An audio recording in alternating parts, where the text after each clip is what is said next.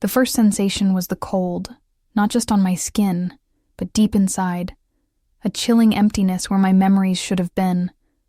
My body felt heavy, disconnected, a vessel adrift in a sea of white. My eyes struggled against a thick, syrupy darkness. The edges of my vision blurred and indistinct. A dull ache throbbed behind my temples, a relentless pulse that mirrored the slow, sluggish beat of my heart. The room resolved itself into a sterile expanse of pale white. Walls, ceiling, the thin blanket, all bleached of color, devoid of personality. The harsh fluorescent light overhead hummed incessantly, a low, irritating frequency that seemed to vibrate inside my skull, offering no shadows, no sense of time. The air hung thick and chemical, the acrid tang of disinfectant battling a faint, medicinal sweetness that turned my stomach. Where was I? How did I get here? Panic, cold and sharp, began to claw its way up my throat. I tried to move, but my limbs were leaden, unresponsive. A glance confirmed a bandage on my arm, a fresh puncture mark, an injection. They had put something in me. The realization sent a jolt of fear, momentarily clearing the fog. Why? Who? When? The questions screamed in my mind, but my thoughts were fragmented, like shards of glass. The last few hours, maybe days, were simply gone, a terrifying void. Pushing myself up was an immense effort. The room tilted. My head swam. I stumbled towards a small mirror by the sink. The reflection was a stranger, pale, gaunt, with dark circles under vacant eyes. My hair was matted, my clothes a thin, rough cotton gown. I looked institutionalized. The word landed like a blow, a soft click. The door opened. A woman in a nurse's uniform stood there, her face a mask of professional indifference. She carried a tray with water and a white pill. No greeting, no smile. Just a silent gesture towards the pill. "Medication time," she stated, her voice flat, robotic. My throat tightened. Where am I? Why? What is that pill? The questions were trapped, suffocated by fear and the lingering effects of the drug. I could only stare, my heart pounding a frantic rhythm against my ribs.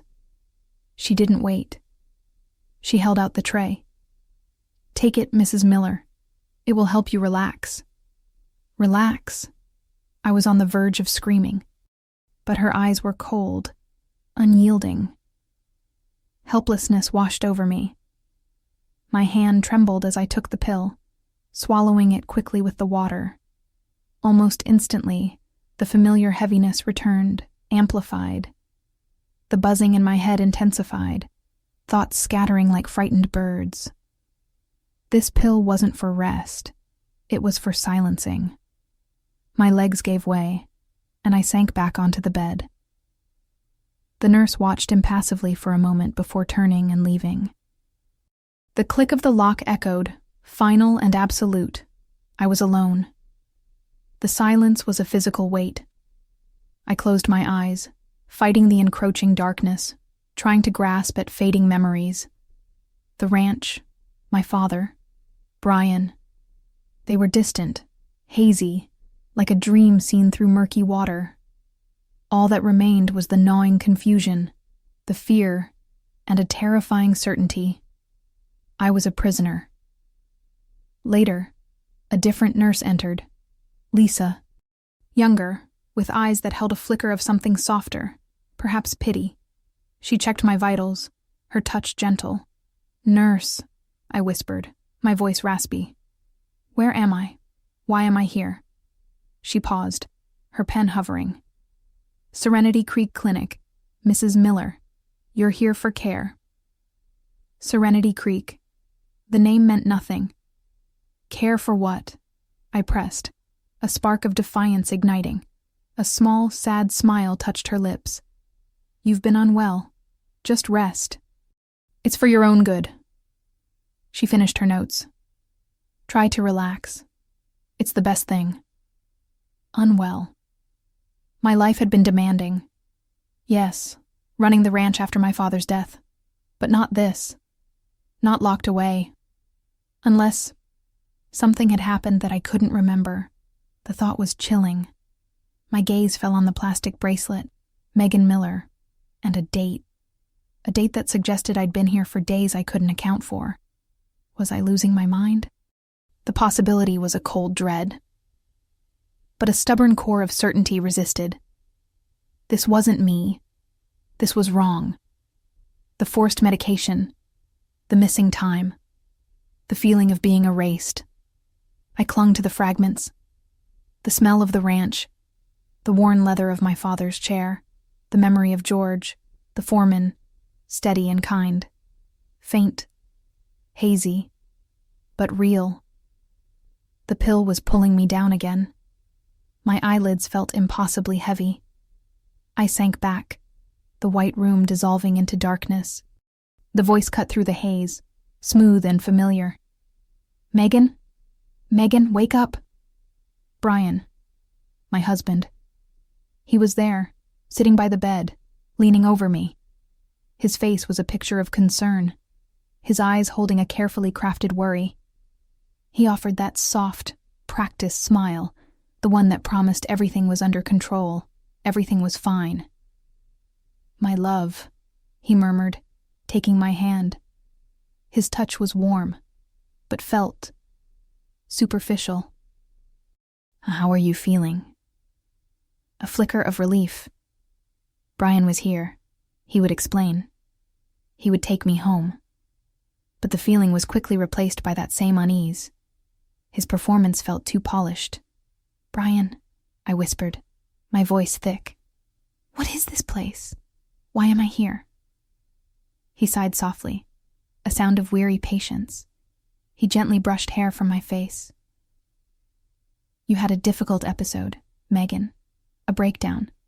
The doctors said you needed a quiet place to recover. Away from stress. A breakdown. The word felt foreign, wrong. I searched my memory, but the void remained. I don't remember, I said, a frown creasing my brow. What happened? He avoided my gaze, looking around the sterile room. It was a few days ago. You weren't yourself. Very agitated. You needed help. Agitated. I felt confused, scared. But not the way he described. What was he hiding? Our life wasn't perfect. But it wasn't this.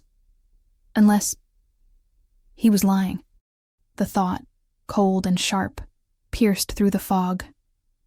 But I feel fine now, I insisted, trying to sit up. The dizziness lingered, but my mind felt clearer. I don't belong here. This place, it's not right. He squeezed my hand, his grip firm, almost possessive. Shh, relax. That's the stress talking. You need to trust the doctors. Trust me, just rest. Don't think about anything difficult. He repeated the same soothing phrases, a mantra of control. You're safe. Just rest. I'm taking care of everything. But the more he said them, the more they grated. His eyes, when they met mine, held no genuine warmth, only a guarded calculation that sent a shiver down my spine. Have you told my family? I asked, my voice quiet. Does Mom know? And George? Does George know where I am? The thought of George, solid and dependable, brought a flicker of comfort. Brian hesitated, a brief, unreadable flicker crossing his face. Not yet. I didn't want to alarm them. I wanted to wait until you were stronger. That didn't ring true. My mother would be frantic. George would be asking questions. Why keep them in the dark? Unless he didn't want anyone to find me. There were some papers I had to sign, he said, changing the subject abruptly, his tone shifting to one of weary responsibility. For the clinic. Admission forms. Consent. Nothing for you to worry about. He gave a small, dismissive chuckle that didn't reach his eyes. Papers. The word triggered a fragmented memory, sharper this time. A large document spread on a polished desk, my hand holding a pen. Brian's face, leaning over me, smiling that cold smile, guiding my hand. I had signed something significant. "I need to go now," he said, standing. "Meeting with Dr. Clark, the director, just finalizing things." He gave my hand a final, perfunctory squeeze. "I'll come back soon. Try to get some rest." He leaned down, a quick, dry kiss on my forehead. It felt like the closing act of his performance. As he walked towards the door, I watched him. Straight posture, confident stride, a man in control, two in control. The door clicked shut. The silence was heavy with suspicion. Brian had put me here. He was lying. He had made me sign something. What was he doing? What was he planning? The white room felt less like a hospital and more like a cage. The door opened again. Nurse Carol, impassive as ever, with the tray, the water, the pill. "Time for your medication, Mrs. Miller," she announced, her voice flat. Routine. "What is this pill?" I demanded, my voice stronger, fueled by a rising tide of fear and anger. "What are you giving me?"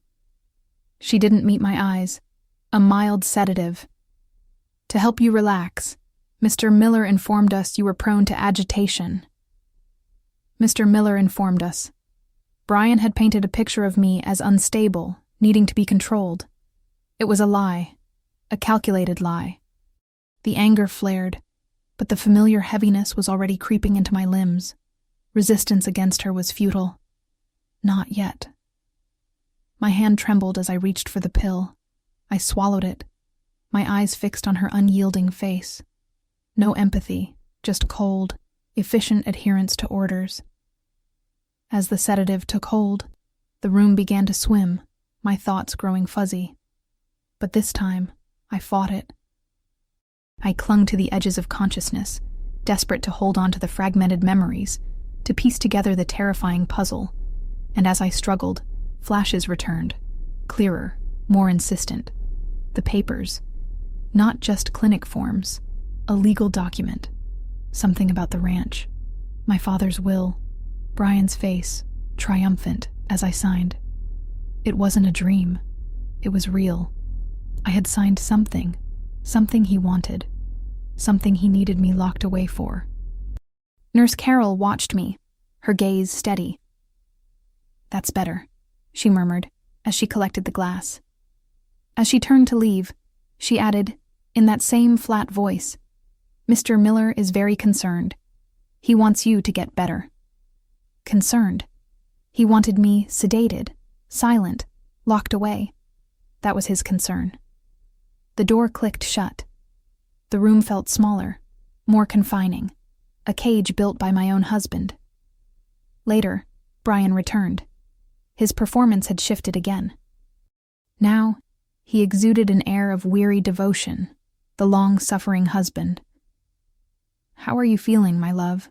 he asked, his voice softer, laced with false tenderness. "Brian," I said, the words thick with the sedative, but the desperation clear. "The papers, the ones I signed, what were they?" He waved a hand dismissively. "Just clinic forms, Megan.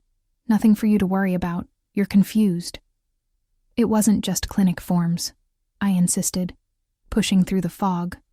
The memory was vivid, insistent. It was about the ranch, about my father's will. I signed something away. His expression hardened almost imperceptibly, the false tenderness vanishing for a split second. His eyes became sharp, watchful. "Megan, you're having delusions. That's why you're here. You need to trust me. I'm handling everything." His voice was low, firm, a subtle threat beneath the surface. Trust him? The man who put me here, who lied about my condition, who told the nurses I was agitated, who made me sign away God knows what. The idea was sickening. "I need to see a doctor," I said, my voice trembling. Not Dr. Clark, a real doctor. My father's doctor, Dr. Kevin. Brian's smile didn't reach his eyes. Dr. Kevin? He's retired, dear. And you're in the best hands here. He paused, then added, in a tone meant to sound reasonable. Besides, you're not well enough for visitors yet, especially not people who might agitate you further. The implication was clear. Anyone from my old life was a threat to his control. He stayed for a while longer, talking about trivial things, avoiding any mention of the ranch or the papers. But his presence felt like a weight, a constant reminder of my captivity. As he prepared to leave, he leaned in, his voice dropping to a conspiratorial whisper that was chilling in its falseness. Just rest, Megan. Be a good girl. Everything will be fine. He patted my hand, a gesture that felt more like a warning than affection. After he left, the room seemed to press in. My gaze fell on the window. Bars. Thick, heavy bars. I wasn't sick. I was a prisoner. Brian hadn't put me here for my health. He had put me here to keep me locked up, silent and compliant, while he took control of everything I had. The realization hit with the force of a physical blow. But why? What exactly had I signed? And how could I fight back from inside this cage? The questions swirled, a frantic storm, but the medicine was winning. My eyelids grew heavy. The room began to spin, and I was pulled back into the darkness. But this time, the darkness was filled not just with fear, but with a cold, hard resolve. The days blurred into a monotonous cycle. Waking, the pill, the fuzzy disorientation. Brian's visits with his shifting performances of concern or veiled control. The inevitable descent back into drug-induced sleep. But with each cycle, the sedative's grip seemed to weaken, or perhaps my will to resist grew stronger. Moments of clarity became more frequent, lasting longer. And in those moments, the truth was stark and undeniable. The bars, the locked door, the nurses, detached efficiency, Brian's calculated lies, the memory of signing those papers about the ranch. I was not a patient. I was a captive. Brian was my captor, and he wanted the ranch. Fear was a constant companion, a cold knot in my stomach. But alongside it, a fierce determination began to burn. I wasn't crazy. I was trapped, and I had to get out. I had to expose Brian. I started observing everything, the nurses' routines, the timing of their rounds, the sounds of the clinic at night. I noticed that sometimes, late, when the building was quiet, the lock on my door didn't seem to catch properly. It was a small thing, easily missed, perhaps a faulty mechanism or a nurse's oversight. But it was a crack in the wall of my prison. It was a chance. One night, the clinic was steeped in silence, broken only by the distant hum of the lights and the frantic beat of my own heart. I waited until I was sure Nurse Carol wasn't nearby, until the hallway had been silent for what felt like an eternity. My hands trembled, but my mind was sharp, focused.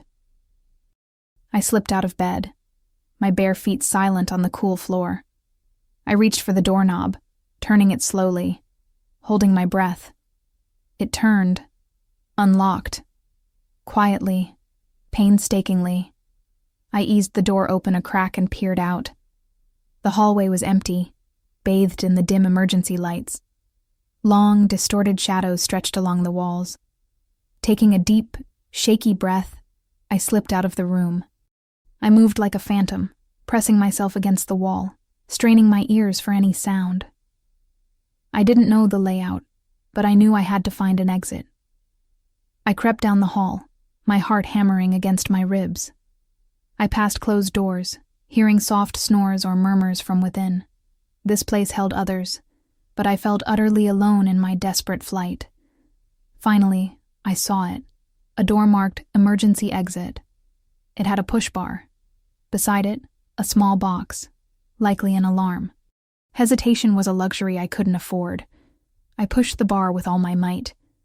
A piercing buzzer shrieked through the silent clinic, a jarring, deafening sound.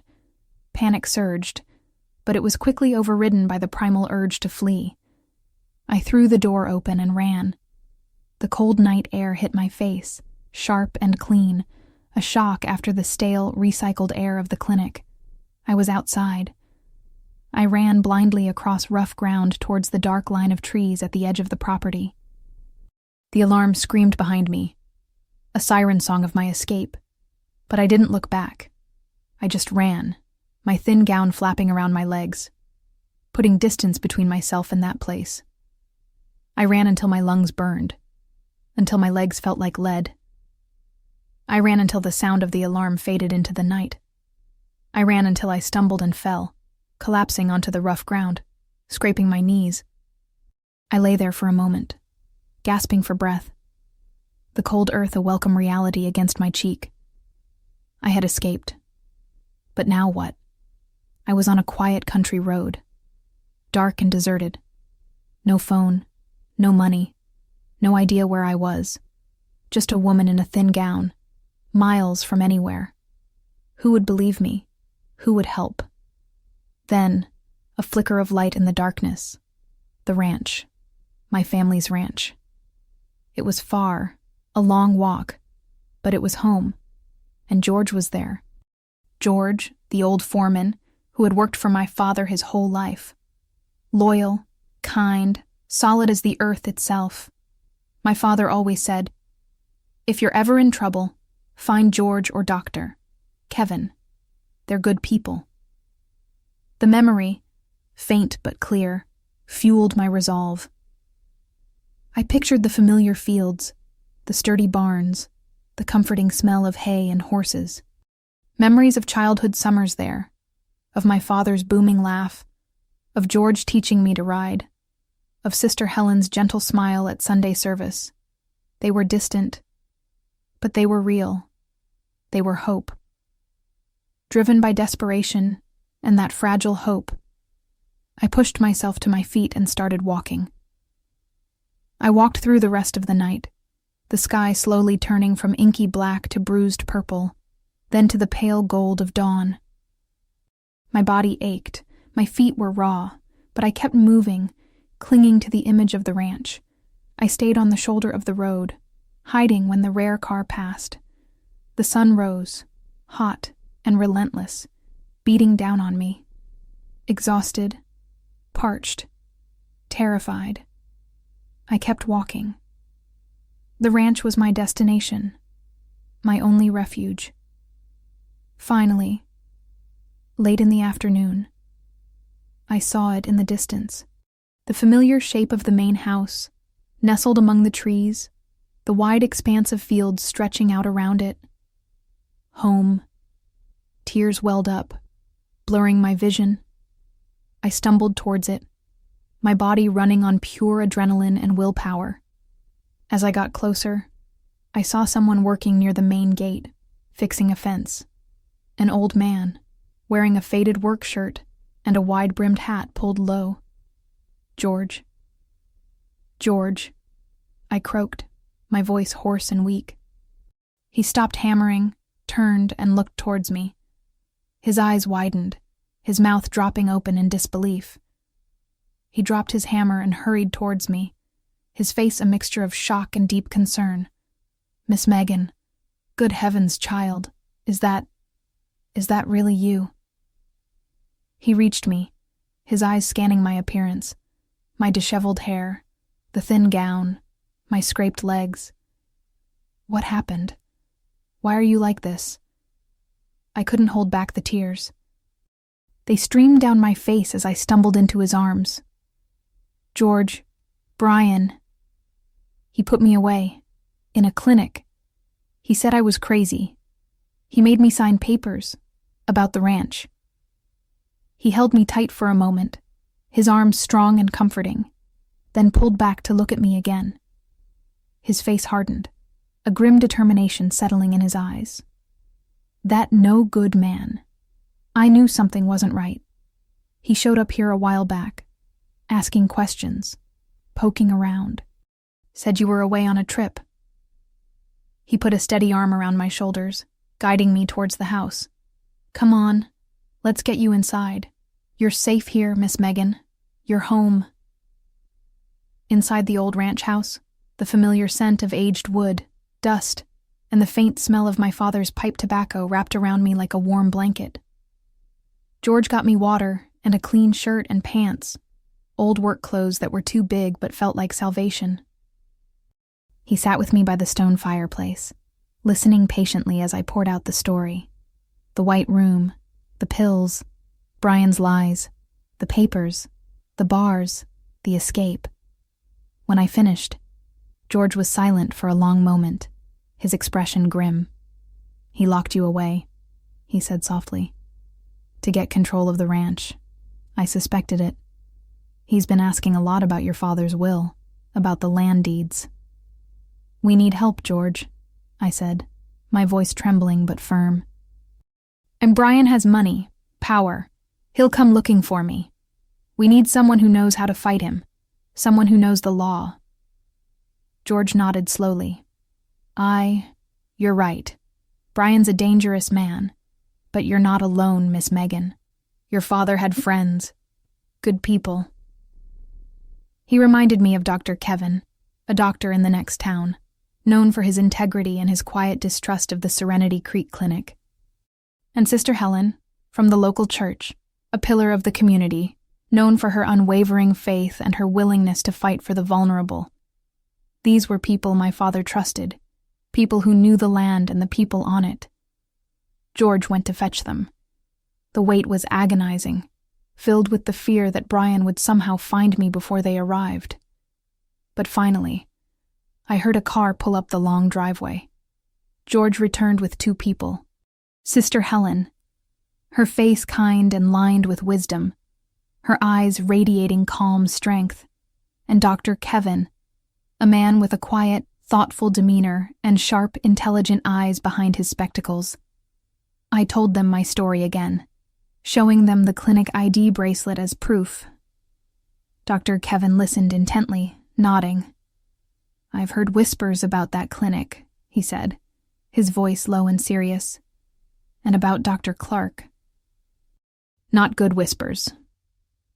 Sister Helen came over and sat beside me, taking my hand in hers. Her touch was warm and grounding. You are safe now, child, she said softly. You were guided here. God has brought you to your people. Looking at George, his face a mask of unwavering loyalty, at Sister Helen, radiating comfort and strength, and at Dr. Kevin, with his quiet competence and willingness to believe, a powerful spark of hope ignited within me. For the first time since I woke up in that sterile white room, I felt a sense of purpose, a flicker of the fight that had been suppressed. I wasn't alone. I had allies tied to my past, to this land, to my father's legacy. The fight against Brian, against the lies and the injustice, was far from over. But now, standing on the solid ground of my home, surrounded by these unexpected allies, I knew I had a chance. My revenge was just beginning. With the immediate threat of being dragged back to Serenity Creek averted, a fragile sense of security settled over the ranch house. But it was a temporary reprieve. Brian wouldn't give up. He had invested too much in his elaborate scheme. Our focus shifted from survival to counterattack, guided by the sharp legal mind of Sarah Jenkins, the lawyer Dr. Kevin had contacted in the city. Sarah was a force of nature over the phone, direct, intelligent, and utterly focused. She wasted no time, immediately initiating legal proceedings to challenge the validity of my commitment and any documents Brian might possess. Our task was to provide her with the ammunition she needed. Irrefutable evidence of Brian's deception and my father's true intentions. George, bless his heart, was the key. As we sat around the kitchen table, the scent of Sister Helen's freshly baked bread filling the air, we brainstormed where my father might have kept important papers. He was a man of routine, but also deeply private. He trusted banks for some things, but his most sensitive documents, the ones tied to the land and his legacy, he preferred to keep close. That's when George's eyes lit up. "The fireplace," he murmured, more to himself than us. "In the study. Your daddy. He built a little cubbyhole in there. Said it was for things he didn't want nobody but him finding. My father's study was a room I hadn't spent much time in since his death. It felt like stepping back in time. The scent of pipe tobacco still lingered faintly in the air, mingling with the smell of old paper and leather-bound books. His desk was meticulously tidy, a testament to his orderly mind. The fireplace, a grand structure of local stone, dominated one wall. George pointed to a specific stone near the hearth. It looked like any other, but under his practiced touch, it shifted slightly. Behind it was a small, deep cavity, lined with metal, a rudimentary, fireproof safe. With a mix of trepidation and hope, we reached inside. The contents were exactly what we needed. There was my father's last will and testament, dated just months before his death, clearly bequeathing the ranch, the house, the land, and all associated assets, without any conditions or co-ownership clauses, solely to me. There were also several thick folders. One contained detailed financial records for the ranch over the years, meticulously kept. Another held something far more significant: geological survey reports and maps, commissioned by my father decades ago. The reports detailed substantial deposits of valuable minerals beneath the eastern section of the property, a secret he had kept quiet, perhaps waiting for the right market conditions or simply choosing not to disrupt the land during his lifetime. Reading through the documents, the pieces of Brian's monstrous puzzle clicked into place. He hadn't just married me for love, he'd married me for access.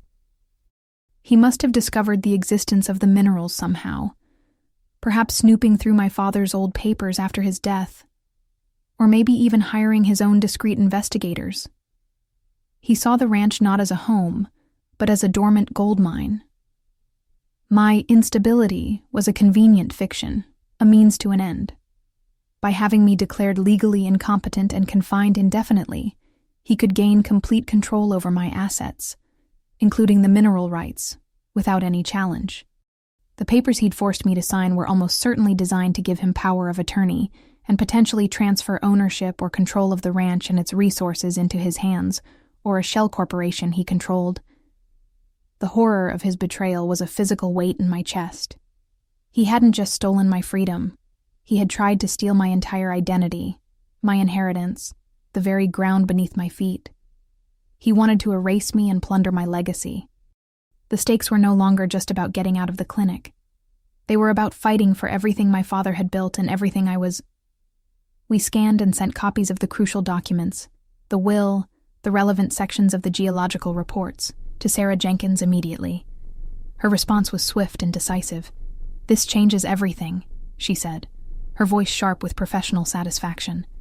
"The will proves clear ownership. The mineral reports provide a powerful motive for his actions. We have a rock-solid case for fraud, false imprisonment, and attempted theft. We'll file motions to invalidate any documents he's using based on duress and lack of capacity, and we'll seek an injunction to prevent him from making any transactions related to the ranch or its assets." While Sarah worked the legal system from the city, Dr. Kevin focused on the medical front. He used his contacts to gather more information on Serenity Creek Clinic and Dr. Clark. The whispers he'd heard were confirmed. The clinic had a reputation for questionable practices, often catering to wealthy families looking to quietly handle troublesome relatives, and Dr. Clark was known for being ethically flexible for the right price. Kevin began the process of formally challenging my commitment order through the medical board, using my coherent testimony and the circumstances of my escape as proof that I was never mentally ill, merely drugged and confined against my will. Sister Helen, meanwhile, continued her quiet work in the community. She didn't spread gossip, but she shared concerns. She spoke to neighbors about how worried she had been about me, how strange Brian's behavior had been, how unlike my father's values his talk of rapid development seemed. Her gentle, trustworthy nature opened doors and minds. People who had been told by Brian that I was having a breakdown began to question his narrative. A subtle shift occurred. The community's initial acceptance of Brian as my husband began to curdle into suspicion and protective concern for me, the daughter of a man they respected. The tension in the house was palpable. We knew Brian would discover I was gone from the clinic eventually. His reaction would be swift and likely desperate. Sarah advised us to be prepared for him to come to the ranch, possibly with legal papers, or even the authorities, attempting to force me back. We planned for his arrival, keep the gates locked, have witnesses present, call the sheriff and Sarah immediately if he appeared. The waiting was agonizing. Every unfamiliar car on the road, every creak of the old house, sending jolts of adrenaline through me. But surrounded by these loyal, capable people, armed with the truth and the law, I felt a growing strength, a quiet determination that replaced the fear. Brian had tried to bury me, but he had only succeeded in planting a seed of fierce, unyielding resistance. The counterattack was fully underway. The days stretched into a week, each one a test of patience. Sarah was making progress in the courts, filing motions and demanding discovery from Brian's lawyers. Doctor. Kevin was pushing the medical review of my case. Sister Helen's subtle groundwork was creating ripples of doubt in the community. But still, Brian hadn't shown his face at the ranch. We knew he was out there, somewhere, likely reeling from the realization that his plan was unraveling. The silence was unnerving, the calm before the storm. Then, one evening, as the sun dipped below the horizon, painting the sky in hues of orange and purple, the air changed. A faint, acrid smell, sharp and chemical, drifted on the breeze. It was the smell of something burning, not wood smoke from a fireplace, but something faster, hotter. "Smoke," George said, his voice tight. We rushed outside. In the distance, across the fields on the far side of the property, a dark plume rose against the twilight sky. It was coming from the direction of the old barn. My heart leaped into my throat. The barn. My father's old barn. The one where he kept so many things, including, potentially, duplicates of records, things he hadn't put in the hidden safe. Brian. He knew. He knew we were onto him. Or he suspected we had found something. He was trying to destroy evidence. Or maybe, just maybe, he thought I was still hiding out there. And this was his final, desperate act of malice. "The barn," I cried, the realization hitting me with sickening force. "He's burning the barn." We piled into George's sturdy old truck, the engine roaring to life. The drive across the fields felt endless, the setting sun casting long, distorted shadows. As we got closer, the smoke thickened, stinging our eyes and filling our lungs. The roar of the fire grew louder, a hungry, terrifying sound. The barn was engulfed, flames licking high into the air, silhouetting the structure against the darkening sky. It was a devastating sight, a piece of my history, a symbol of my father's life on this land, being consumed by fire. It was too late to save it. But as we pulled up near the burning structure, the heat intense even from a distance, we saw something else. A figure stood near the edge of the inferno, illuminated by the hellish glow. And in his hand, unmistakable even in the flickering light, was a familiar red jerry can. Brian. He stood there, watching the barn burn, the empty jerry can dangling from his hand. His face, illuminated by the firelight, was a mask of chilling triumph and malice. He thought he had won. He thought he had erased the past, destroyed the evidence, perhaps even hoped I was inside. He saw us. His head snapped up, surprise flashing across his face. quickly morphing into pure, unadulterated rage. He hadn't expected us to be here, to see him. "You!" he screamed over the roar of the fire, his voice raw with fury. "You weren't supposed to get out. You weren't supposed to find anything. It's all mine now. The ranch, the minerals. You can't stop me. I'll burn it all down before you get a single thing." His confession screamed into the night, a desperate, unhinged outburst, hung in the smoke-filled air, and it wasn't just us who heard it. Down the long driveway, headlights were beginning to appear. Neighbors, alerted by the thick, unblack smoke rising into the sky, were arriving. They were getting out of their cars, their faces etched with concern and confusion, and they saw the raging fire. They saw Brian standing there, the jerry can in his hand, and they heard his damning words. Brian saw them too. The triumph drained from his face, replaced by stark, animal fear. He dropped the jerry can with a clatter and turned to run, scrambling towards the darkness at the edge of the fields, hoping to disappear into the night. But these weren't city people. These were men and women of the land, tough, resilient, and fiercely loyal to the memory of my father and protective of their own. They had seen enough. They moved quickly, instinctively. They fanned out, cutting off his escape routes. They surrounded him, a human cage of angry, determined people, their faces grim in the firelight. They held him, not with violence, but with sheer numbers and unwavering resolve, until the wail of sirens grew louder and the flashing red and blue lights of the sheriff's cars appeared in the distance. Brian didn't get far. Held by the determined grip of the ranch hands and neighbors, he was trapped. The first sheriff's car pulled up, followed quickly by another. Sheriff Brody was among them, his face grim as he took in the scene. The blazing barn, the crowd of neighbors, Brian trembling in their grasp, the smell of accelerant heavy in the air. We stepped forward, shaken by the fire, and Brian's raw confession, but resolute. George, Sister Helen, Dr. Kevin, and I. We recounted the events, our voices steady despite the adrenaline still coursing through us. We pointed to Brian, explaining his plot to have me committed, the fraudulent papers he held, and now, his act of arson and his shouted confession, witnessed by everyone present. The arriving neighbors, their faces still illuminated by the dying embers of the barn, corroborated seeing Brian by the fire with the jerry can and hearing him scream about the ranch and the minerals. Dr. Kevin presented the documents Sarah Jenkins had already prepared, preliminary findings from the investigation into Serenity Creek, details about the questionable power of attorney and transfer papers Brian held, and his own medical assessment of me, certifying my mental soundness. The evidence, both physical and testimonial, was overwhelming. Brian's carefully constructed edifice of lies crumbled before the community and the law.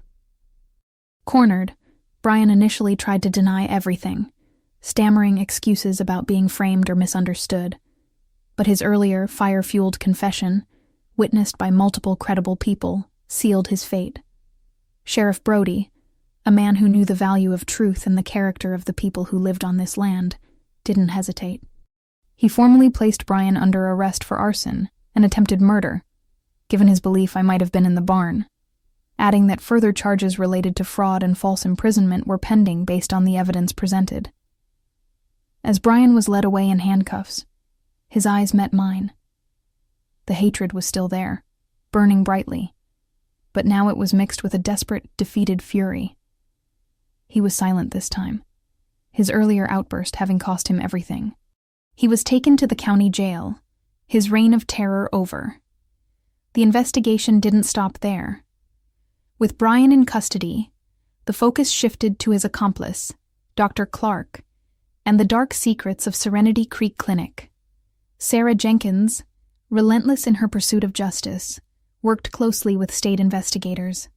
Dr. Kevin provided crucial information about the clinic's dubious practices and Dr. Clark's reputation. Investigators found a disturbing pattern of patients being held against their will, often under questionable diagnoses. their assets frequently being controlled by relatives or associates who had paid the clinic handsomely. Faced with mounting evidence of falsified patient records, improper confinement protocols, and damning financial records linking the clinic and Dr. Clark directly to Brian Miller through large, unexplained payments, Dr. Clark cracked.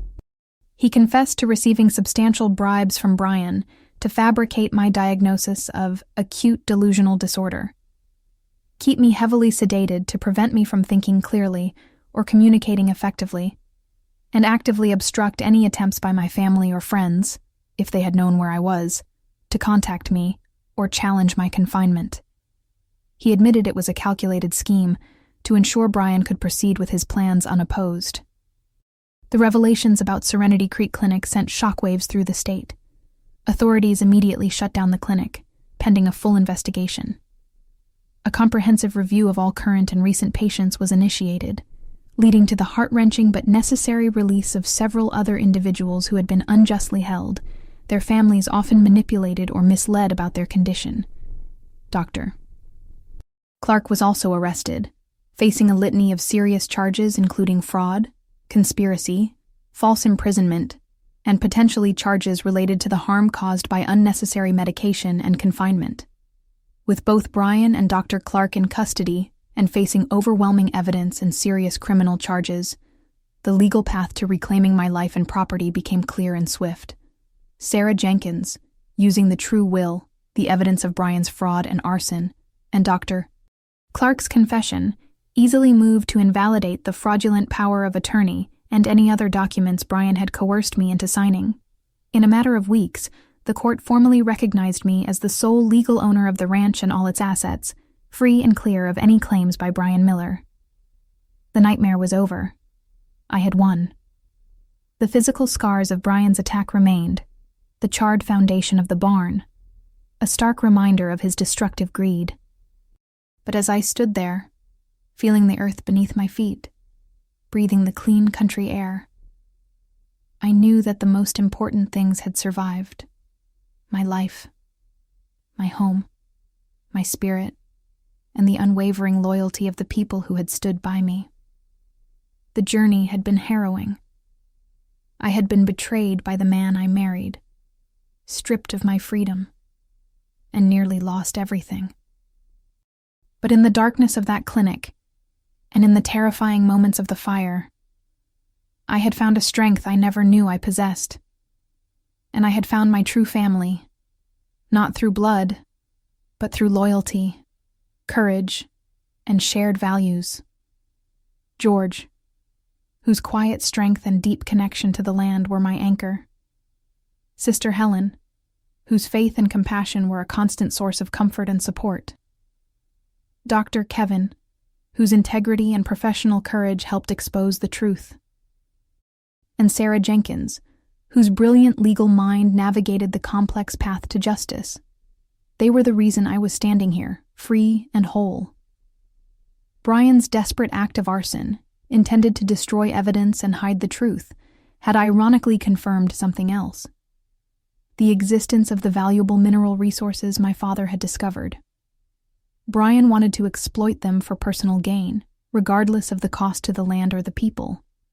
But I saw it differently. My father had loved this land, and he had believed in this community. His legacy wasn't just about wealth, it was about responsibility, stewardship, and shared prosperity. My vision for the future of the ranch is clear. The minerals will be developed, yes, but not in the reckless, destructive way Brian intended. It will be done responsibly, ethically, with the environment protected and the community's well-being at the forefront. The wealth generated will be invested back into the land and the people who call this place home. We will create jobs, fund local schools and infrastructure, support community initiatives. The ranch will not be a source of private fortune built on deceit, but a source of shared prosperity, a true legacy of my father's values and a testament to the resilience of this community. The story of my escape, the dark secrets of Serenity Creek Clinic, the husband's elaborate plot, and the community's role in his capture made headlines far and wide. Local papers, regional news outlets, and even some national media picked up the story. It was a sensational tale of betrayal and darkness, yes, but it was also a powerful narrative of resilience, unwavering loyalty, and the ultimate triumph of truth and justice over greed and deception. My revenge wasn't just about Brian's arrest. It was about reclaiming my life, exposing the corruption that enabled him, and ensuring that his destructive plans would never come to fruition. It was about rebuilding, not just the barn, but the future, on a foundation of honesty and shared purpose. As the sun rises over the ranch, casting a warm, golden light across the fields, the air is crisp and clean. The scent of pine, damp earth, and the faint, lingering smell of wood smoke from the distant, smoldering barn fills my lungs. It is the scent of home, the scent of freedom, the scent of a new beginning. My husband locked me up as crazy to steal my life, my home, my future. He underestimated me. He underestimated the strength of loyalty, the power of truth, and the fierce, unyielding resolve of a woman fighting for everything she holds dear. My revenge wasn't just about getting even. It was about reclaiming everything he tried to take, about rebuilding on the ashes of his destruction, and about ensuring that my father's legacy and the future of this community would be built on a foundation of honesty and shared prosperity. This is the beginning of a new dawn for me, for the ranch, and for the people who call this place home. If my story moved you, let us know in the comments which part impacted you the most. Don't forget to subscribe, give this video a thumbs up, and share it so more people can enjoy stories filled with justice and emotion. And if you want to keep experiencing unforgettable moments, don't miss the next video on screen. Thank you.